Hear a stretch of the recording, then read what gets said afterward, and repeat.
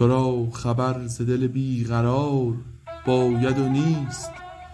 غم تو هست ولی غمگسار باید و نیست.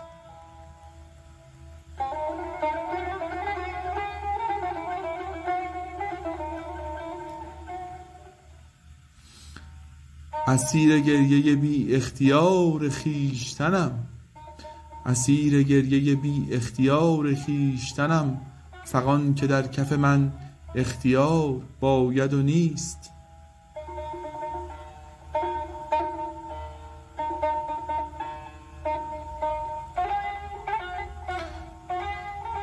چو شام غم دلم اندوهگین نباید و هست. چو صبحدم نفسم بی غبار باید و نیست.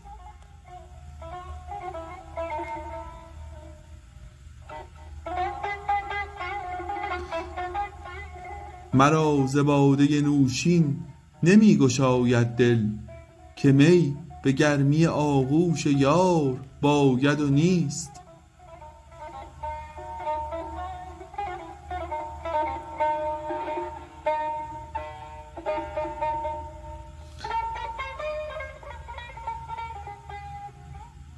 درون آتش از آنم که آتشین گل من، درون آتش از آنم که آتشین گل من.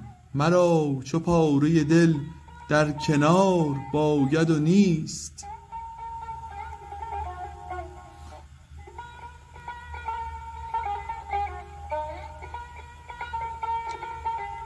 به سرد مهری باد خزان نباید و هست.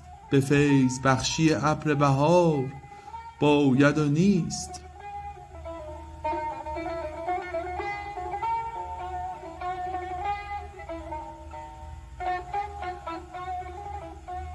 چگونه لاف محبت زنی که از غم عشق تو را چو لاله دلی داغدار باید و نیست. کجا به صحبت پاکان رسی که دیده تو به سان شبنم گل اشکبار باید و نیست.